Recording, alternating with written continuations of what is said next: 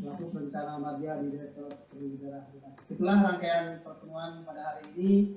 Mudah-mudahan kita bisa mungkin sampai tuntas, selesai kurang lebih mungkin sampai jam 5.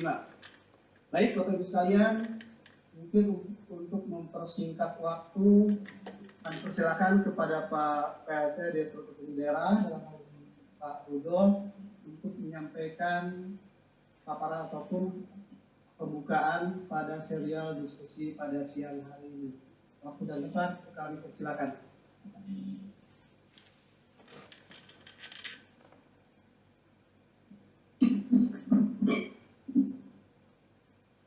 Assalamualaikum warahmatullahi wabarakatuh. Yang kami hormati Pak Adrianto, terima kasih Pak sudah bergabung dengan kami. Yang kami hormati Bapak Ibu dari Direktorat Dana Transfer Umum, saya lihat ada Pak Irfan Sofi, Bapak Ibu sekalian, yang kami hormati guru kami Bu Riyatu. Terima kasih sudah hadir. Yang kami hormati Bapak Kepala Bapeda dari Provinsi Aswin. Bapak Ibu, Assalamualaikum warahmatullahi wabarakatuh. Selamat siang dan salam sejahtera untuk kita semua. Om Swastiastu, Namo Buddhaya, dan salam kebajikan. Bapak Ibu yang kami hormati, sesuai dengan arahan Bapak Menteri Perencanaan Pembangunan Nasional dan dalam rangka penyusunan dan penyempurnaan kebijakan rencana kerja pemerintah tahun 2021, dan juga ingin memanfaatkan momentum bahwa akan dilaksanakan revisi Undang-Undang 33 tahun 2024, 33 tahun 2004. Oleh karena itu, Pak Menteri dan Pak Deputi meminta kami untuk melakukan semacam evaluasi dan penyempurnaan apabila memang ada beberapa hal yang dirasakan kurang pas sesuai dengan kondisi saat ini, maka apa rekomendasi untuk melakukan redesign terhadap transfer keuangan ke daerah dan bagi hasil. Terkait dengan hal ini, beberapa rangkaian kebijakan sudah dilakukan, Bapak Ibu. Yang pertama, pertemuan pertama kami mengundang juga dari dibuka oleh Pak Deputi, mengundang beberapa akademisi. Di situ ada Pak Mahfud tidak ikut, Pak Khoinur Rofi juga hadir. Kemudian pertemuan selanjutnya dilanjutkan oleh pertemuan pembahasan seri kedua, yaitu terkait dengan dana transfer umum, khususnya dana alokasi umum. Minggu kemarin kami laksanakan, itu kami juga mengundang beberapa dari Direktorat Keuangan Negara, kemudian kami juga mengundang dari Direktorat Transfer Usuk, Pak Nafi kalau tidak salah yang hadir minggu kemarin. Kemudian kami juga mengundang dari akademisi, ada Pak Raksamahi, dan untuk pertemuan seri selanjutnya kami membahas mengenai dana bagi hasil yang masih merupakan bagian dari dana transfer umum. Bapak Ibu yang kami hormati, izinkan kami untuk menyampaikan pengantar dari diskusi ini. Lanjut, Bapak Ibu yang kami hormati, kalau kita lihat dari perkembangan landasan konstitusionalnya, mulai dari Undang-Undang 1 tahun 45 sampai Undang-Undang 23 tahun 2014. Undang-Undang pemerintahan daerah ini selalu beriringan dengan undang-undang mengenai hubungan keuangan pusat dan daerah. Kalau dulu istilah guru-guru kami itu you text two, you text tango, Pak. Jadi nggak bisa ngambil satu-satu sebenarnya. Jadi pemerintahan daerah itu nanti ada manifold option mengikutinya. Undang-Undang 22 hadir atau dilahirkan berbarengan dengan Undang-Undang 25 tahun 99, kemudian Undang-Undang 22 bahkan hanya berbeda satu nomor terkait dengan pemerintahan daerah, dan Undang-Undang 33 terkait dengan timbangan ya keuangan pusat dan daerah. Hanya saja ketika undang-undang saudaranya sudah hadir ini, Undang-Undang 23 tahun 2014, Undang-Undang 33 tahun 2004 juga masih dalam proses revisi. Mungkin ada beberapa hal proses penyempurnaan sehingga beberapa kali anggota DPR terganti, ini juga belum selesai atau dikeluarkan revisinya. Lanjut, terkait dengan hal tersebut, Bapak Ibu, kita melihat adanya struktur dana transfer dan dana desa. Kalau kita kita lihat ada 4 jenis dana di sini, dana perimbangan, dana insentif daerah, dan otsus, dan dana desa. Insya Allah dalam seri-seri selanjutnya kita akan bahas semuanya. Tapi untuk 2 pertemuan ini kita fokus pada dana transfer umum, khususnya DAU dan DBH. Untuk pertemuan kali ini kita membahas DBH. Kami mengundang dari Kementerian Keuangan, khususnya dari Direktorat Transfer Umum, dan kami juga mengundang dari ini untuk melihat bagaimana daerah memanfaatkan dana transfer umum ini dan apa saja perbaikan, usulan perbaikan atau rekomendasi perbaikan terhadap entah penyalurannya, entah pelaksanaannya, terhadap pelaksanaan dana transfer umum, khususnya dana bagi hasil. Next, Bapak Ibu yang kami hormati, kalau kita lihat mengenai jenis-jenis pembiayaan pembangunan daerah, nah kita bisa mengidentifikasi beberapa, misalnya PAD itu dalam rangka sebenarnya mendorong kapasitas atau kemandirian daerah. Nah, untuk pertemuan ini mungkin kita tekankan kepada DBH keserifan yang kami pahami bahwa ini dalam rangka mengurangi kesenjangan pusat dan daerah.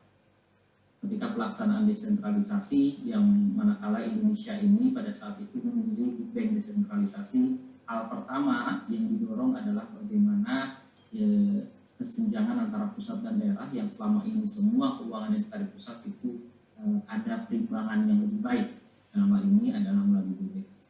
Kita juga bisa melihat bentuk-bentuk dana lain, yaitu misalnya kita arahkan hasil diskusi kemarin bagaimana ini mendorong atau mengurangi kesenjangan atau ketimpangan antar daerah. Adapun DAK itu nanti akan lebih banyak untuk penguatan kapasitas fiskal dalam rangka pemenuhan infrastruktur dasar di daerah.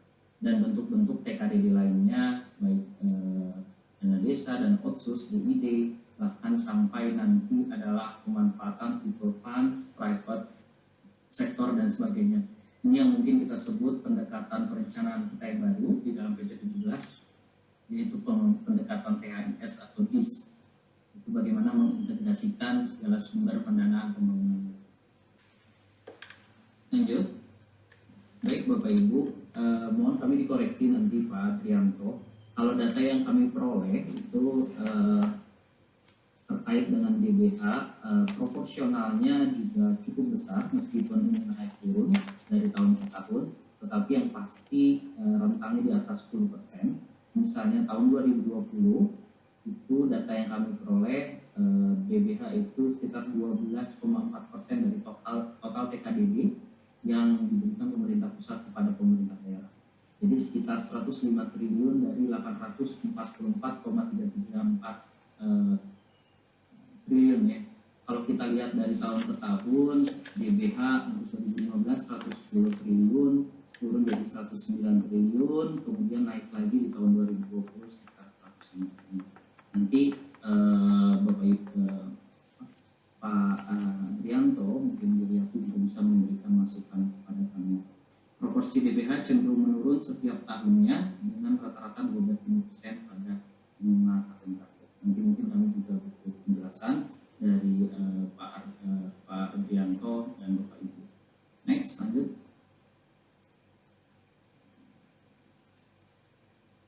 Bapak Ibu yang kami hormati, ini juga data-data yang kami peroleh. Dalam 3 tahun terakhir, secara agregat, seprovinsi DKI Jakarta sebagai provinsi menerima DBH tertinggi, yaitu sekitar 1,4 triliun. Yang kedua adalah Provinsi Kalimantan Timur. Oleh karena itu kami mengundang Provinsi Kalimantan Timur dalam rangka memberikan rekomendasi penyempurnaan kebijakan DBH untuk kedepannya. Penerima DBH terendah yang kami identifikasi adalah Sulawesi Barat sebesar 89 miliar. Next. Dari hasil evaluasi juga yang kami lakukan. Lanjut. Terima kasih. Sebelumnya ini terkait dengan beberapa data yang kami punya, misalnya dari hasil identifikasi kami bahwa transfer keuangan daerah bersama extend itu mampu mengurangi ketimpangan wilayah. Nah, ini data yang kami peroleh. Pembiayaan pembangunan ini, tapi belanja pembangunan masih lebih kecil dari belanja operasionalnya, dan sebagian besar dari pemerintah daerah itu bergantung pada dana transfer ini. Jadi bahkan ada yang beberapa daerah 90%-nya itu bergantung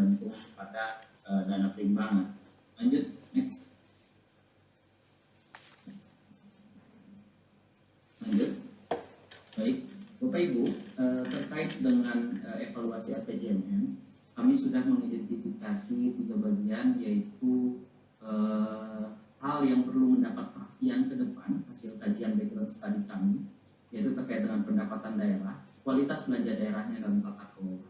Mungkin yang terkait dengan DBH adalah pendapatan daerah, bagaimana kita meningkatkan pendapatan daerah dari pajak dan retribusi daerah. Dan salah satunya juga mungkin bagaimana peran DBH di sini.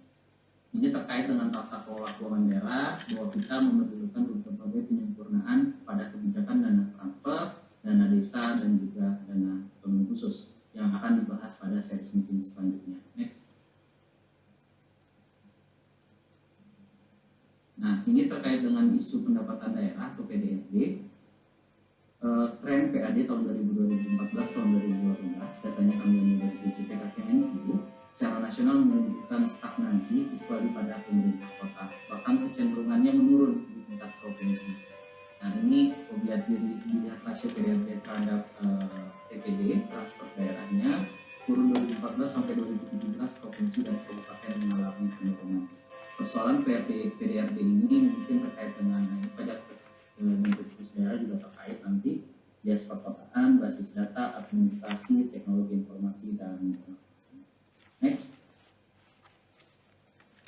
Nah, ini juga terkait dengan pendapatan daerah yang mungkin salah satu sumbernya ini kan lebih banyak ke PDRD, tetapi nanti bagaimana DBH ini juga menjadi salah satu harapan dan sumber pendanaan gitu bagi daerah-daerah. Next, yang terakhir, ini maksud dan tujuan dari pertemuan ini. Nah, ini Pak Ardianto, Bu Riatu, kami menuliskan di dalam RPJMN ada setidaknya 3 poin yang kita arahkan untuk kebijakan DBH dalam 5 tahun. 1, meningkatkan tata kelola DBH yang transparan, akuntabel, adil, bertanggung jawab, dan efektif berbasis peningkatan kinerja. 2, menetapkan alokasi DBH secara tepat waktu, tepat jumlah, melalui komitmen percepatan penyelesaian kurang bayar atau lebih bayarnya. Dan ketiga, mengoptimalkan pemanfaatan dan pengelolaan DBH bagi percepatan peningkatan kesejahteraan masyarakat dan kemajuan daerah dengan memperhitungkan daya dukung lingkungan di daerah. Next.